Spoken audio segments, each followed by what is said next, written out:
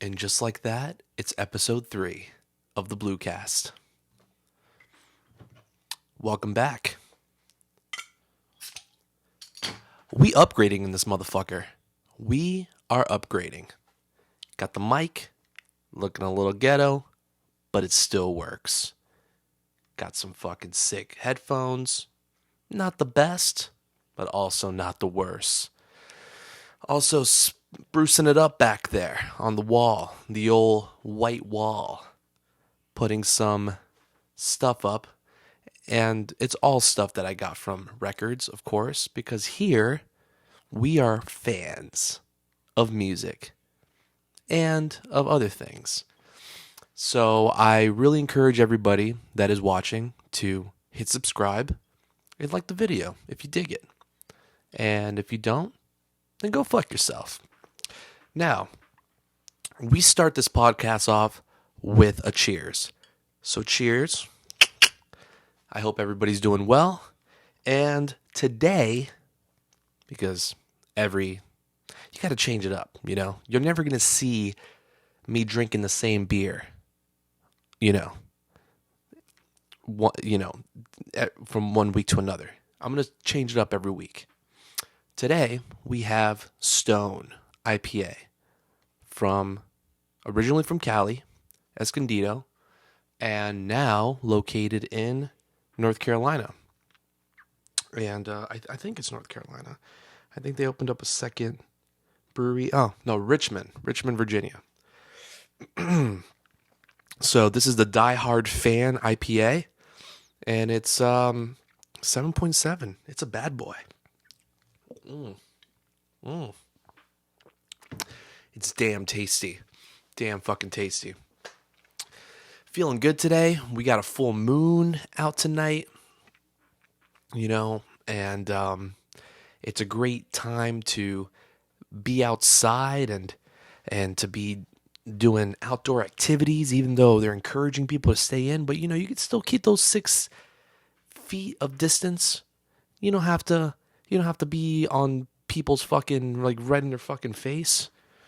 It's, you can go out there, get on a bike, get on a longboard, run, and the moment that another human comes into your path, you just fucking evade that motherfucker.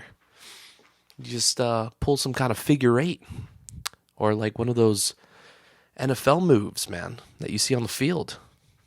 Just there's a lot of ways to evade people. I'm riding the train for work, so I'm still going to work, still doing it. Thank God that I even have a job right now. But there's a lot of ways to avoid contact with people. I'm like literally turning my back on people, turning my fucking back. I'm a rude motherfucker, and a lot of people like to sit on the train. I'm standing. I'm finding a place where I'm finding a corner or nook and cranny where there's no other fucking human there. So I'm finding my way around. And it's working, It's actually I'm pretty much of a antisocial extrovert, so this is kind of working in my favor. I like to be out, but I don't want to talk to you unless I really know you. But yeah, this is not being able to go to my favorite bars, not being able to go to my favorite places in town. Kind of sucks, but at the same time, I'm looking within. And when you look within, you become more of a creative, and you also get to connect with the things that you love, which one of my main passions in life is music. I also love comedy. That's why I try to keep it loose here. Try to keep it silly. Don't try to get too serious. I'm going to drop the facts. I'm going to drop the truth bombs on ya, but I'm going to keep it light. So, we cracked open the beer. Now we're moving on to the first record of the video. Every video, I'm going to be talking about records. Okay, this is an unedited too. Okay, I'm not going to be editing these videos anytime soon. I'm not going to be adding some cheesy intro. Well, maybe I'll be adding some intro down the line. I got the goods to be able to make that happen. But whatever.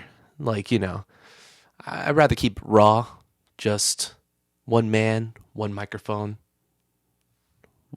one voice, one mind, connecting with you all.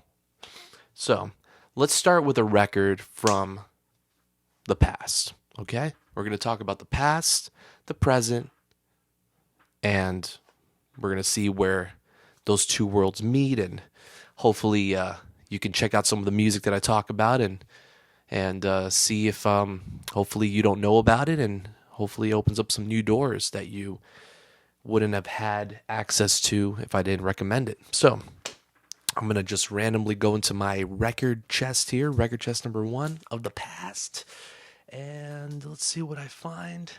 This one feels good. What we got here? Yes. You know, just bangers. Bangers. All right. Here we got the Rolling Stones, Exile on Main Street. Amazing album. Just perfect. A perfect album. Let's open up the album art there. Look at that. There's Mick. All right. Really cool album work.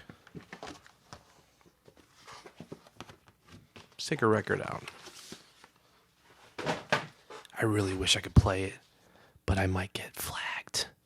You know, music ain't free, man. It's free, but somebody's getting paid. It's free for you on some streaming sites, but somebody's getting paid. Look at that.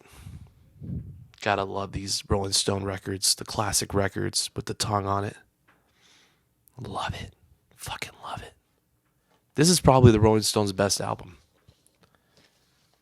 Fight me if you disagree. All right? Let me know in the comments if you disagree. What do you think the Rolling Stones' best record is? Because I think it's Exile on Main Street. And just from the top of the dome, I'm going to talk about what I know about this record.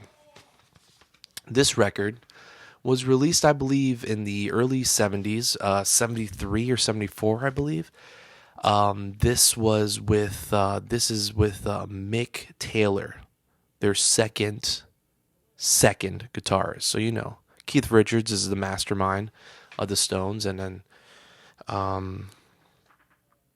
when Brian Jones died, they replaced him with Mick Taylor.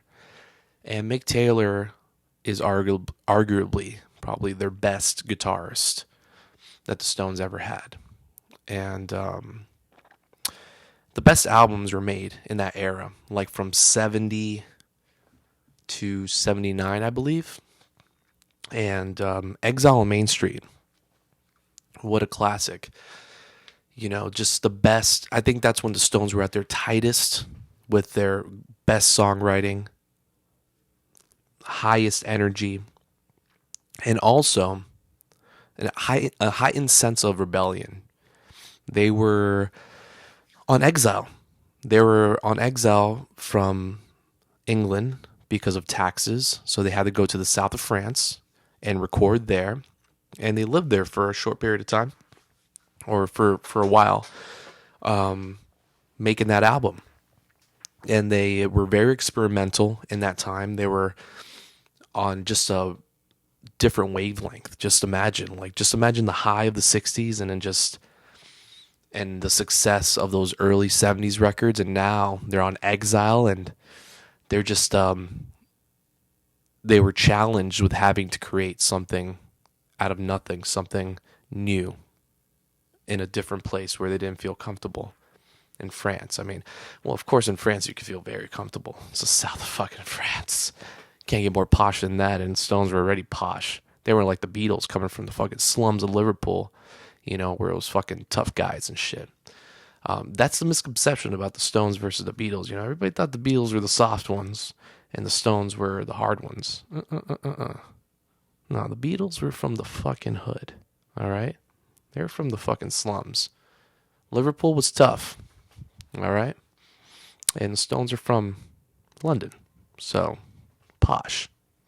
Different kind of environments. So I really think that Exile has some amazing tracks. My favorite side is side A.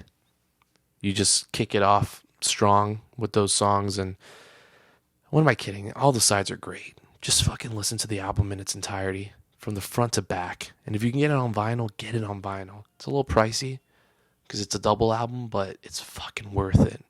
It's their best record. And that is Exile on Main Street. In my opinion, the Stones' best. And rated up there. It's on many lists as their best album. Now let's go into the future chest. This is the box where I keep all the modern records at, okay? Give me 1 minute.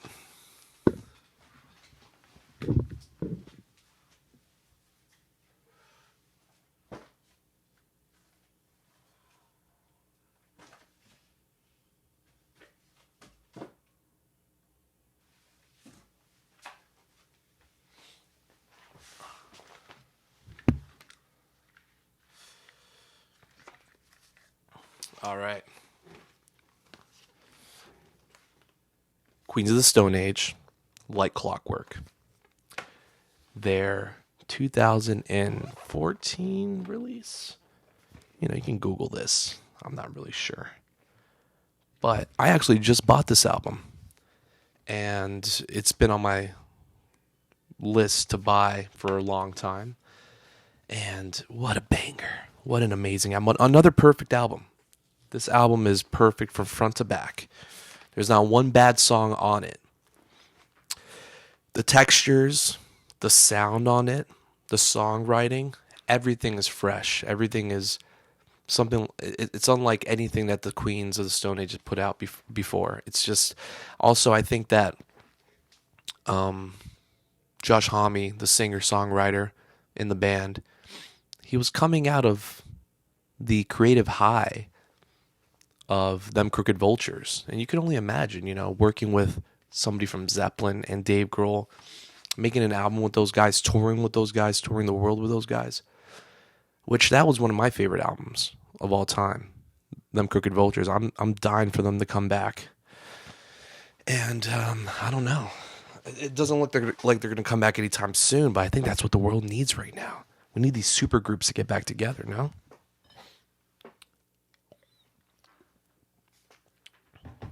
Now, thank God that on this album all the tracks are in the back. I could talk about them. Starts off with "Keep Your Eyes Peeled," probably one of my favorite songs. Boom, boom, boom, boom, boom, boom, boom, boom. The groove, the beat. You know, I'm very beat centric. Like when I listen to music, and it's always been this way since the beginning of my musical journey. It's all about the beats. The beat got a groove. You know, I believe that a band or a group is only as good as their drummer. If your drummer sucks, or if your beat's whack, and if it's outdated, people ain't gonna bop their heads. And if people ain't bopping their heads, then you ain't gonna have fans, or you ain't gonna have anybody paying attention. But this album got one of the best drummers of all time. One of the best. The dude that played with the Mars Volta. And he was also in a day as a Lion, which was let's see. I'm so bad with names. I love this guy, but I just can't think of his fucking name right now. So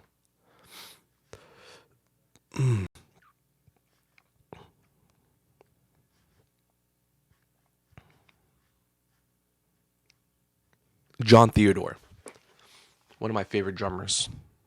You know, I feel kind of shitty that I didn't remember his name, but you know, John fucking Theodore, which was one of the original drummers of the Mars Volta, and also recorded with Zach De La Roca on A Day as a Lion, which is another, in my opinion, that was a super group, and that got to come back too. Like, I appreciate, it's kind of punk rock. It's kind of like Sex Pistols when a band releases only one album. I think that's kind of cool, but it leaves you wanting more, you know? it's so good that, you want them to create more music, but I appreciate that one album concept. I really do. But this album right here, I think this really opened up the world for Queens, for them to be able to, you know, reach a different kind of level of songwriting and also just switching it up, becoming a different band in a way, more mature, and a hell of a lot. I don't know, more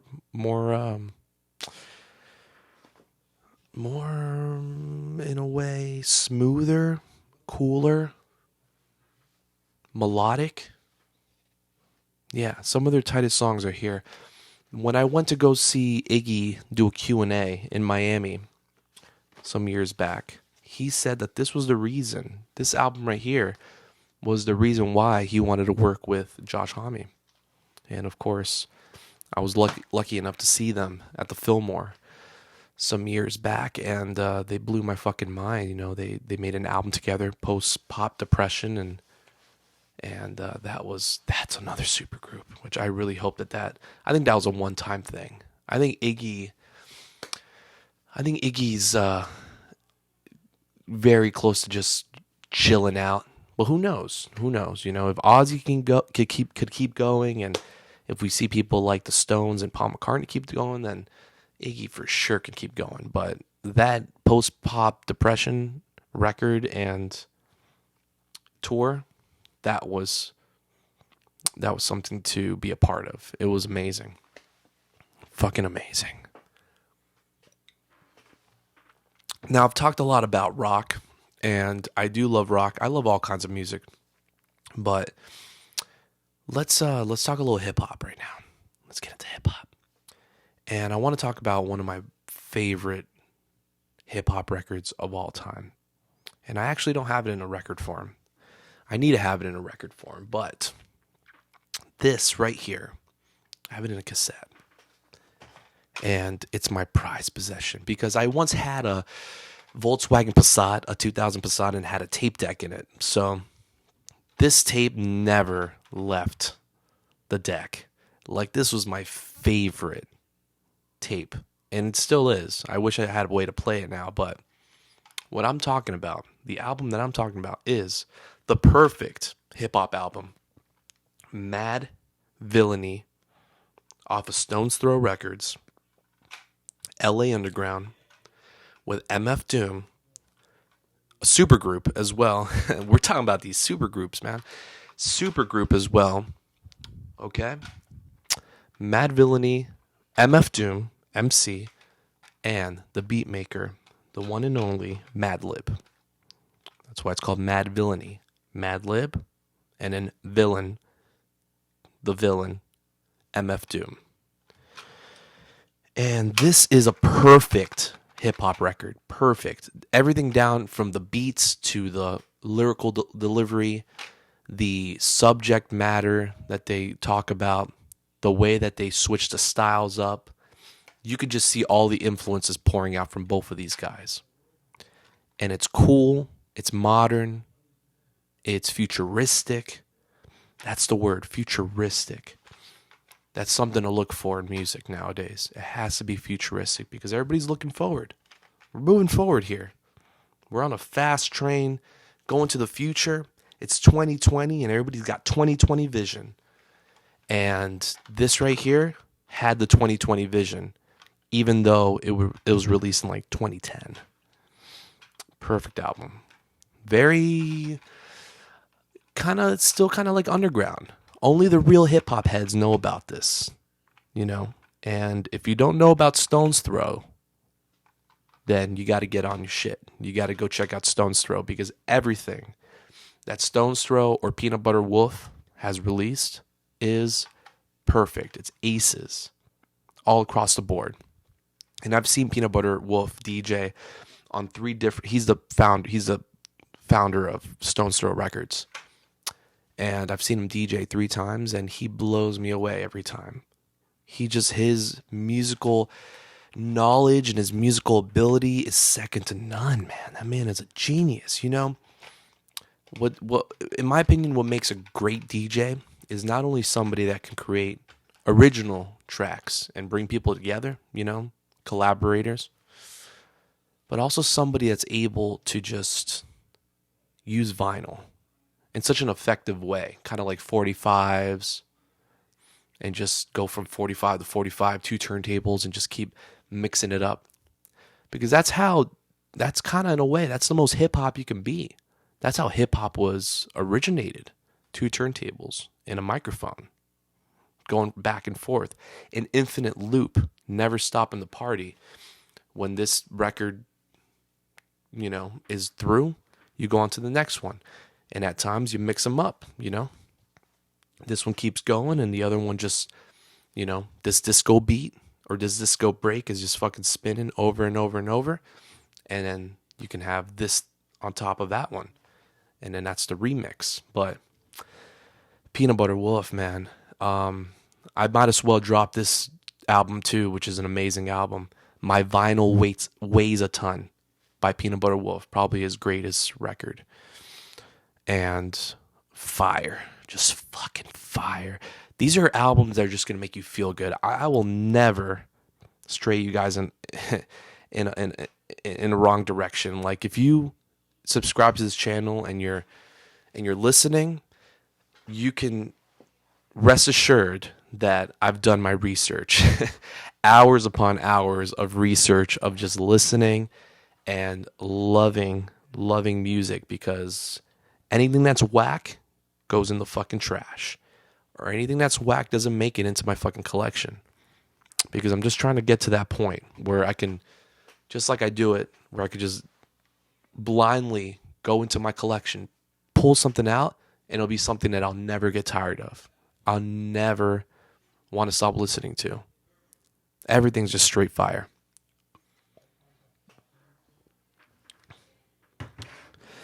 Now, I like to stay fit, I like to keep a balance of just I like to drink, but I don't overdo it.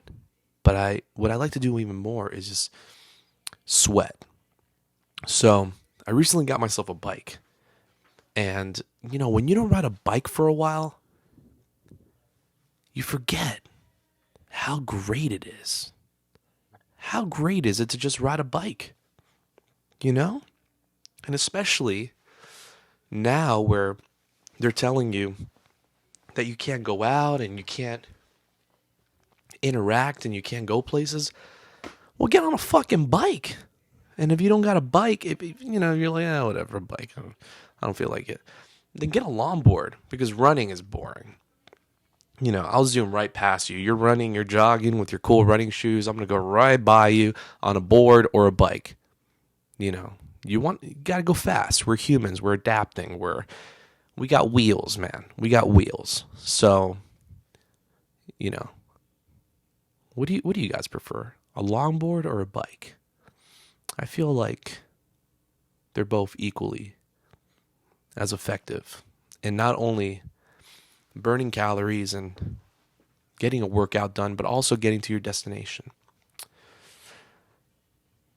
Longboards are fucking cool, and I feel like if you got a nice 41-inch longboard with some nice flex, some really fat wheels on it, man, those things are fucking awesome. They go fast. Sometimes you can go with the same speed as a bike, It's a shame. You don't really see them a lot around here in Florida, but in Cali, everybody's fucking longboarding. You're basically surfing the pavement. You're so close to the ground. And it's like the earth becomes like a wave in a way. That's my next purchase. I'm going to get a fucking dope-ass longboard. But the bike I got, yeah, I'm killing it right now on the bike. Killing it. And it's a lot of fun. And I'm getting a lot of sunlight on me, a lot of sunshine, and a lot of vitamin D, and a lot of oxygen. Yeah, oxygen. Very important.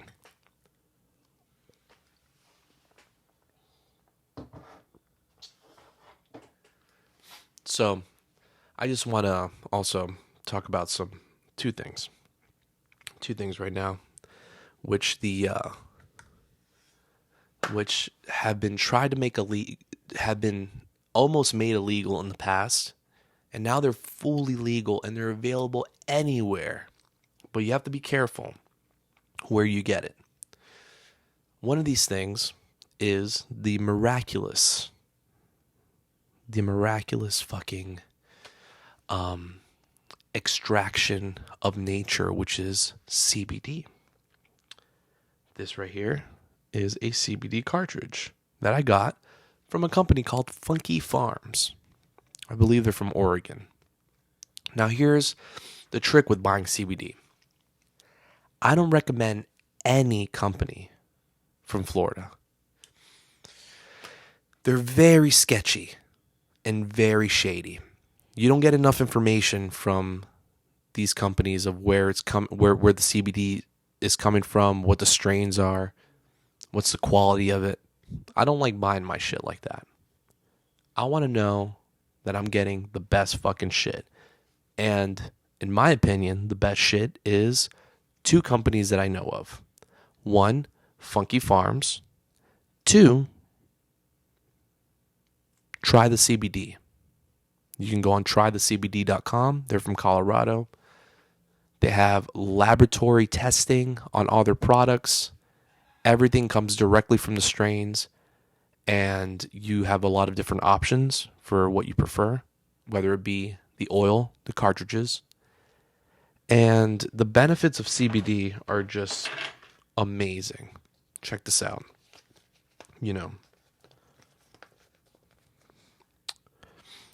Antibacterial, inhibits cancer cell growth. Neuroprotective, promotes bone growth. Reduces seizures and convulsions. Reduces blood pressure, blood sugar levels.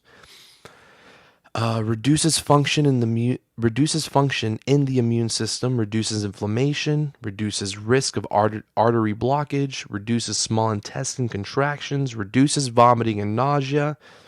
Relieves pain. Relieves anxiety. Slows bacterial growth. Suppresses muscle spasms. Tranquilizing.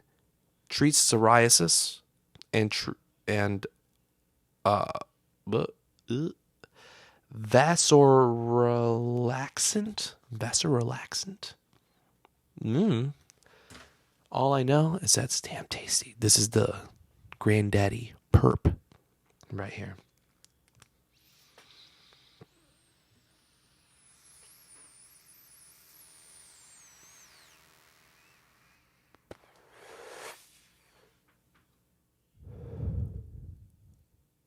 It's non-psychoactive and completely legal. That's the best part about it. So, if you are holding down one of those jobs where they test you or whatever, then you don't have to worry. You don't got to worry about a pig being on your back, man. This stuff right here, miraculous. Another thing I want to talk about is KRATOM. The perfect KRATOM. It's you can get it in a powdered form. It's like it comes from a leaf. I believe it's from the same. Well, I don't really know much about it, but what I do know is that it also is very beneficial. It's also very anti-inflammatory. Cures anxiety for a lot of people. It's really good for people that have a lot of withdrawals of some kind of substance abuse. People that are struggling with opiates or whatever. This is a good way for them to stay off of that garbage, stay off of that trash. And just Google the benefits of KRATOM. Google benefits of KRATOM because it's a lot. It's probably a lot more than CBD. I'll tell you that right now. But it's also really good for warding off infections and this is antimicrobial, but I believe KRATOM is antiviral. So, and I'm not a scientist, so don't quote me on that. You got the internet for a reason, but your boy's only sharing two amazing things that were once illegal or almost made illegal, and now they're completely legal in all 50 states. So take advantage, because in times like these, we need to take advantage of all the tools that we have at our disposal. Take another hit of this.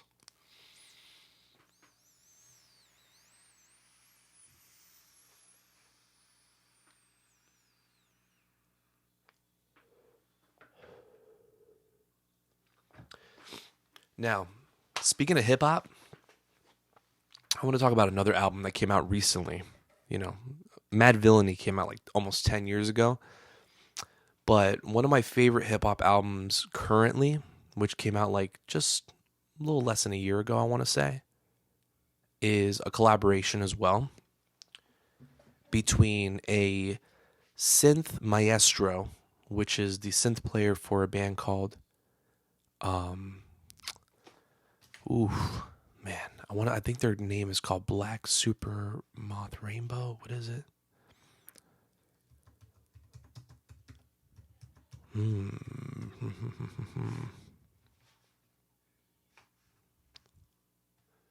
Black Moth Super Rainbow.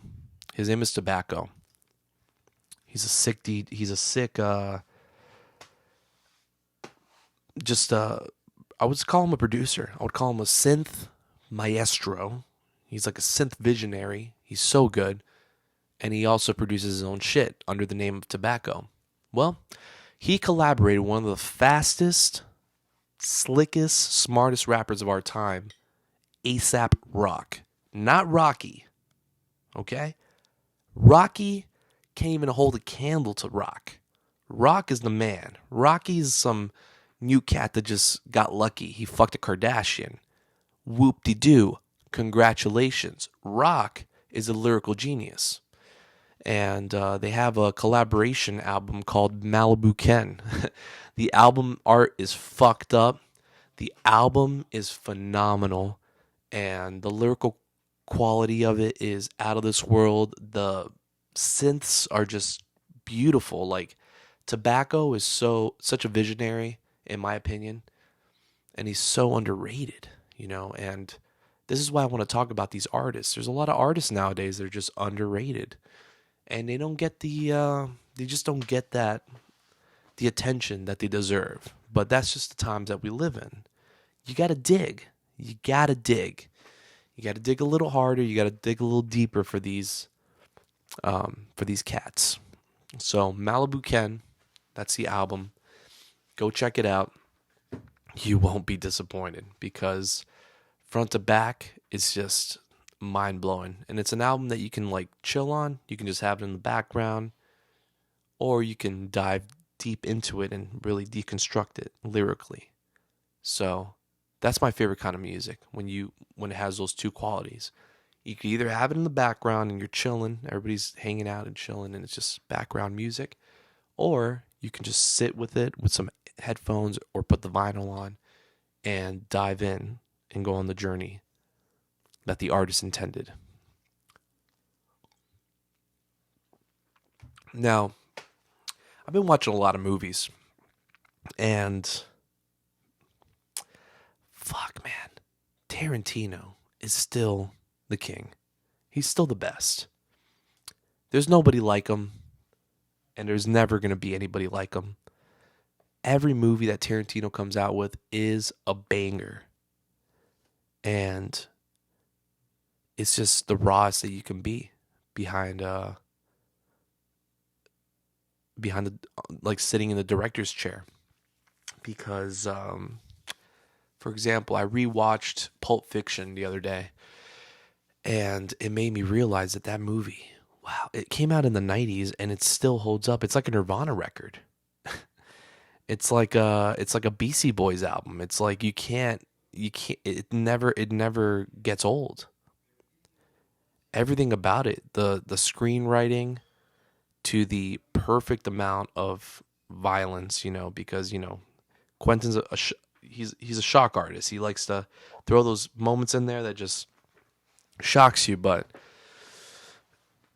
fuck, Pulp Fiction still remains to this day one of my favorite fucking movies of all time. It's perfect. And Spoiler alert, if you haven't seen it yet, hey, at the end, the movie's kind of like shot in, it's not shot in from front to back. It's kind of like all these stories come together. And it's, in a way, the end is the beginning, and the beginning is the end. If you've seen it, then you know what I'm talking about. But that scene remains one of my favorite scenes in cinema. The scene with Sam Jackson and that dude from Reservoir Dogs. I forget his name, but the white dude. And the white dude and his girl are trying to rob the diner, and they're taking everybody's wallets. That are everybody in each booth. They're taking their wallets, and then they get to Sam Jackson. And Sam Jackson just got back from,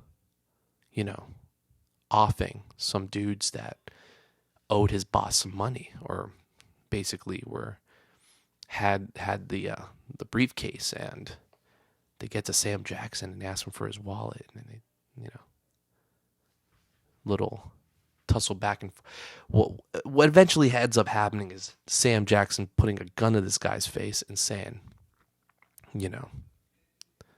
to get his wallet, the one that says "bad motherfucker" on it. And just that scene, all right, where the tables get turned that quickly, and then the fact that his wallet says "bad motherfucker" on it, come on. And he still gives the guy some money. He still lets him go with all the money in his wallet. Just goes to show that, whatever was in that suitcase, in that briefcase, whatever was in that briefcase was worth quadruple the amount of what was in his wallet. But we'll never know what was in that briefcase. In my opinion, I think it was a metaphor. It was supposed to symbolize any kind of something of high value that can be used in a transaction. Anything that gangsters or criminals use as a commodity to be able to make money off of. It can be anything. It's up to the viewer, It could be anything from gold to drugs to God knows what, something of value, something that was personal to Marcellus Wallace. Who knows, But bad motherfucker. The wallet with bad motherfucker. To this day, I want a leather wallet that says "bad motherfucker" on it, because that's just fucking bad. So bad.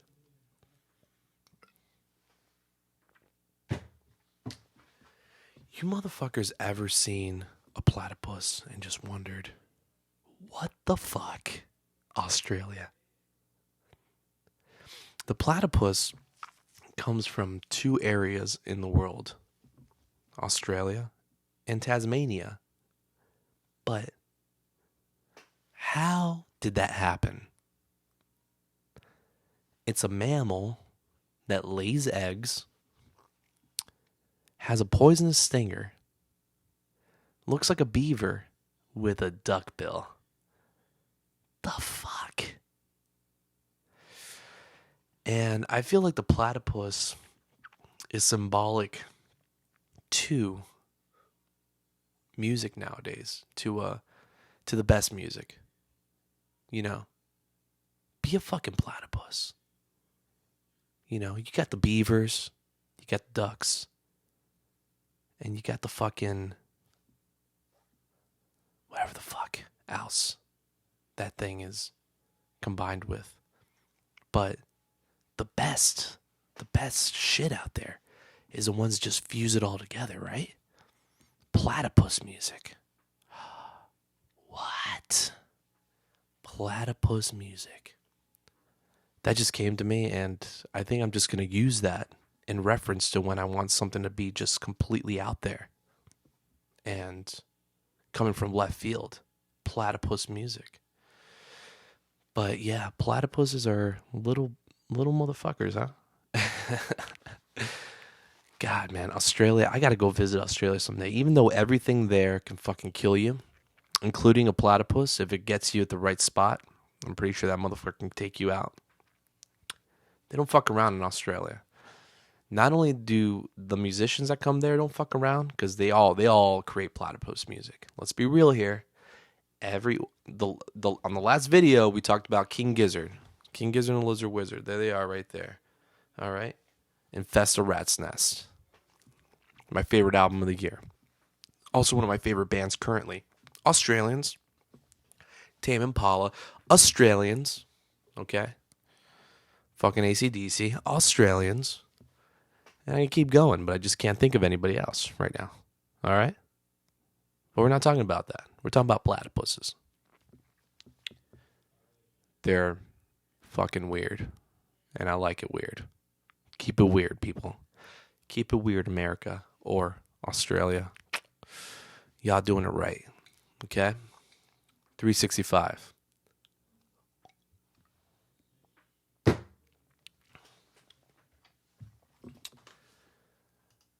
Oh, yeah. All right. Take it easy, baby. Make it last all night.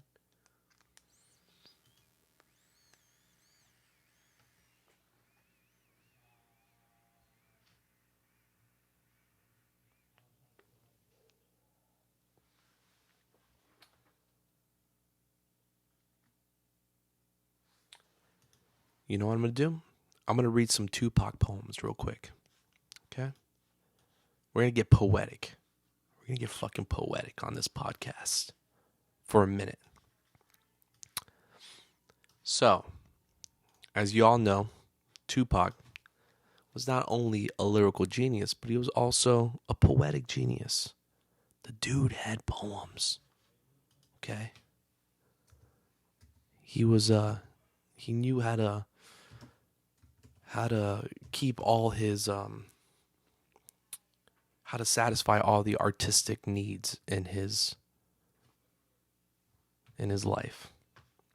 So, if you Google Tupac poems, you'll find handwritten poems. And they're phenomenal. Every single one. Let's read this one. In the event of my demise. Dedicated to those curious. In the event of my demise, when my heart can beat no more, I hope I die for a principle or a belief that I had lived for. I will die before my time because I feel the shadow's depth. So much I wanted to accomplish before I reach my death. I have come to grips with my possibility and wiped the last tear from my eyes. I loved all who were positive in the event of my demise. Ooh. Damn. Could you hear the beat in those lyrics? There's like a beat. Like a 1, 2, 3, 1, 2, 3. That's the key.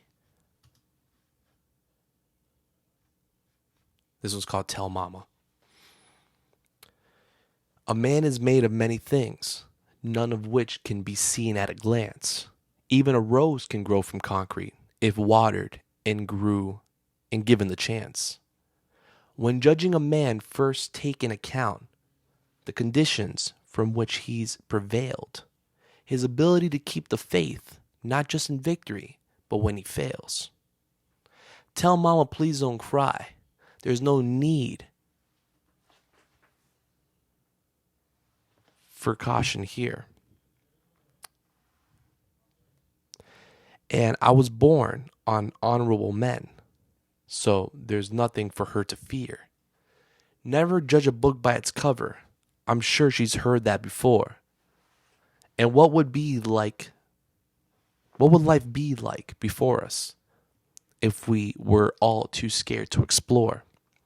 So dare to do what no one has done. Get to know me before you judge me. 9 times out of 10, we'll become friends. And in time, maybe you too will love me. Respectfully, Tupac.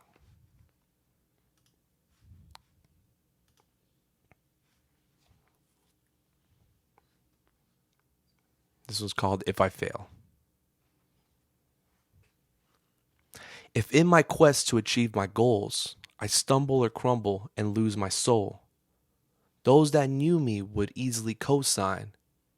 There was never a life as hard as mine. No father, no money, no chance, and no guide. I only follow my voice inside. If it guides me wrong and I do not win, I'll learn from my mistakes and try to achieve again. The delivery on that one was a lot better because I wasn't reading the handwriting, the handwritten one. It was typed out. That's his handwriting's pretty good, but it's kind of hard to read sometimes. But yeah, there it is. Fucking Tupac's poems. Now,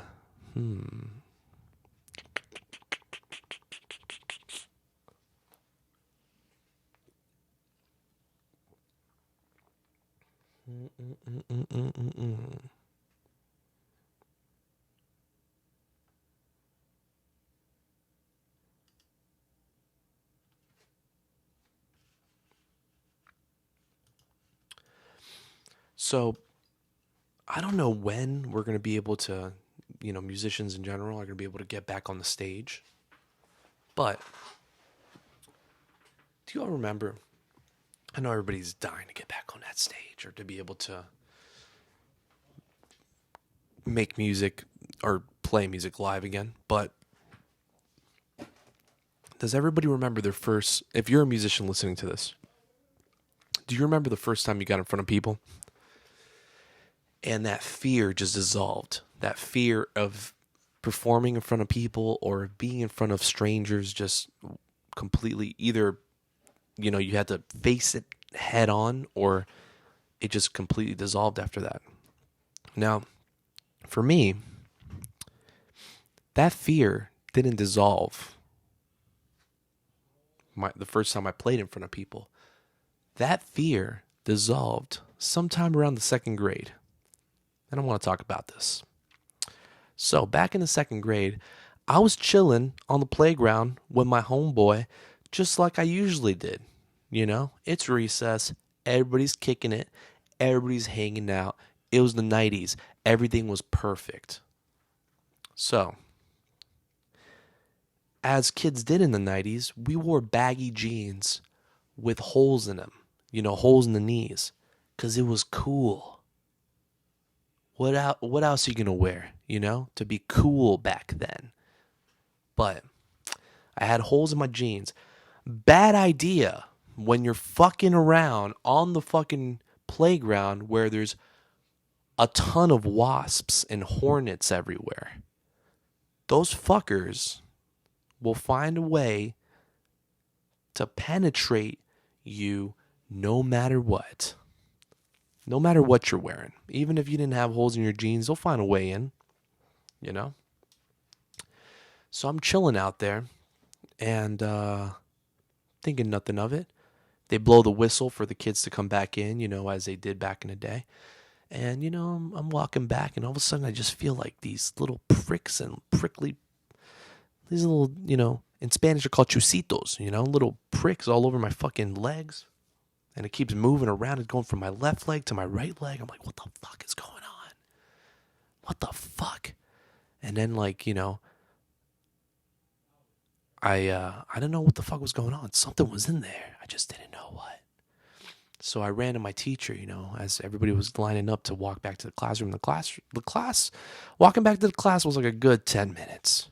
But I needed to get there faster. So I ran to my teacher. I'm like, something's going on. I got something in here. I got to check this thing out. And she gave me the key. She let me, she confided the key to me, the key to the classroom. And I ran to that motherfucker. I ran to that bitch. There was a bathroom in that classroom. And I ran there. I ran.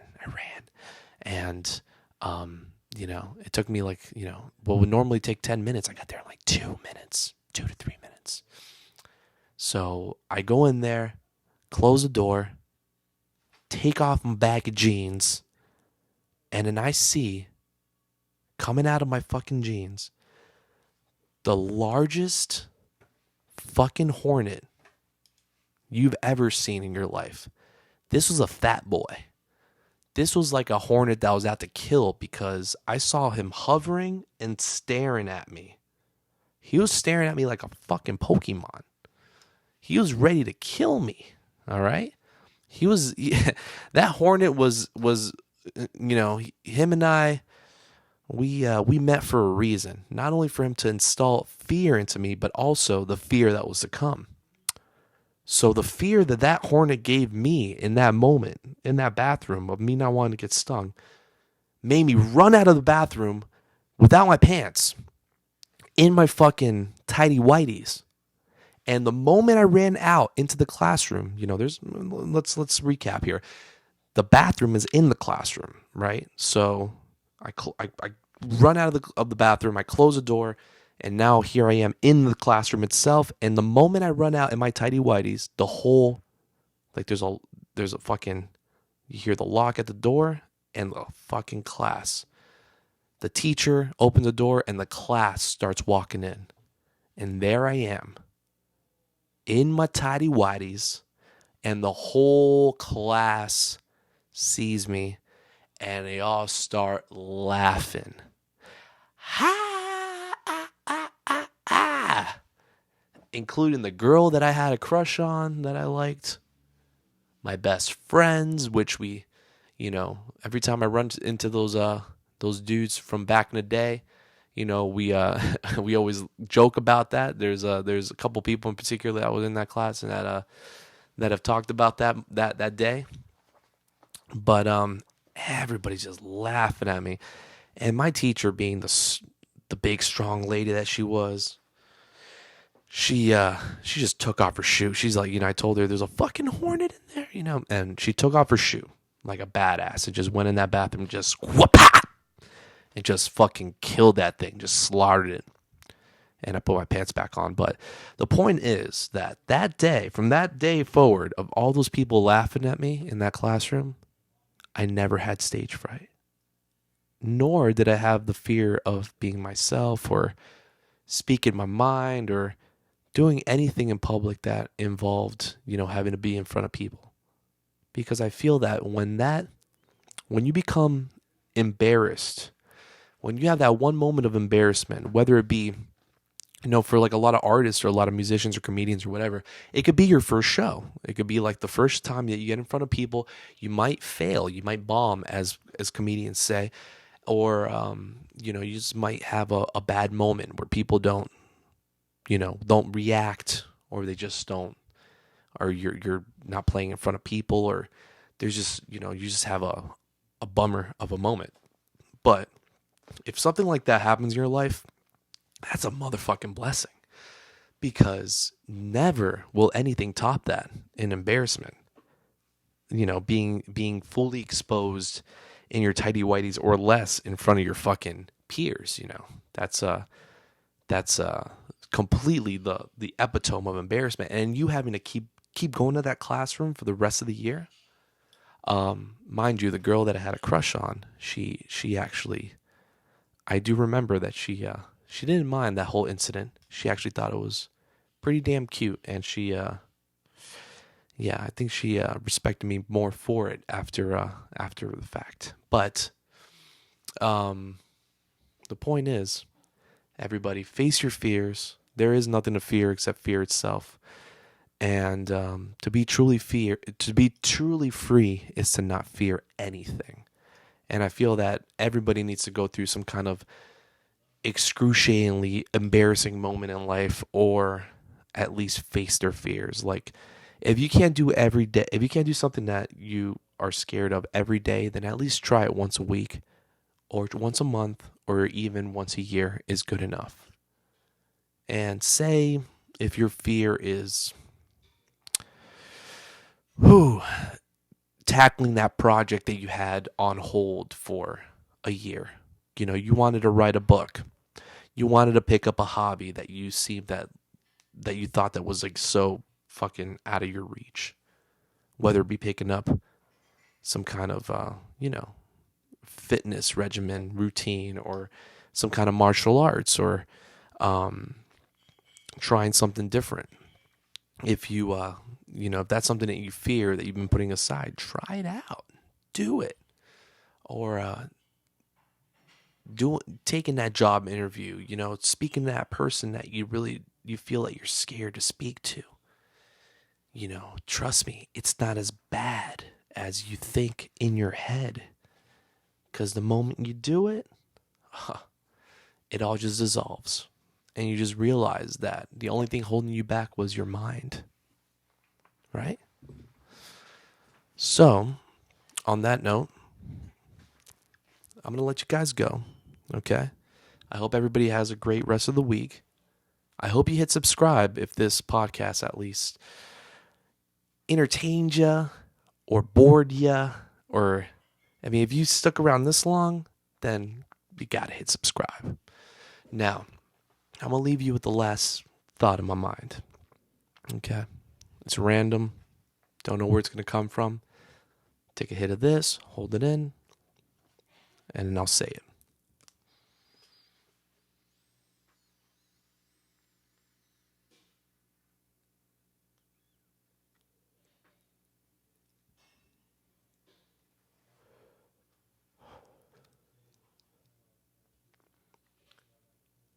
There's never a permanent winner in chess.